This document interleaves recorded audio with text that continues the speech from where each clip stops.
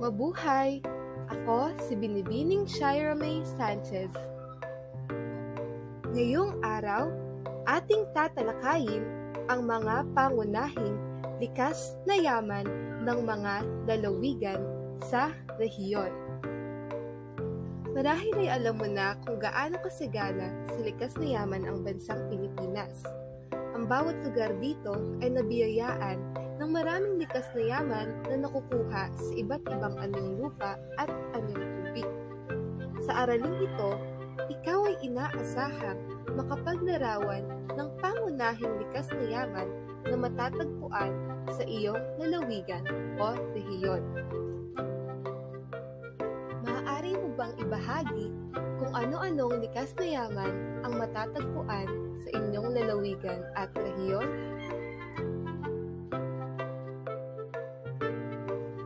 Kung gayon, atin lang tuklasin ang mga likas na yaman ng mga lalawigan. Ang rehiyong tatlo ay kilala sa tawag na Gitnang Luzon. Matatagpuan dito ang mga bundok at ilang mga lugar na nakalapat sa mga baybaying dagat. Binubuo ang rehiyong tatlo ng mga lalawigan ng Bataan, Bulacan, Nueva Ecija, Pampanga, Tarlac, Aurora, at Zambales. Ang Gitnang Luzon ang pinakamalawak na kapatagan sa Pilipinas.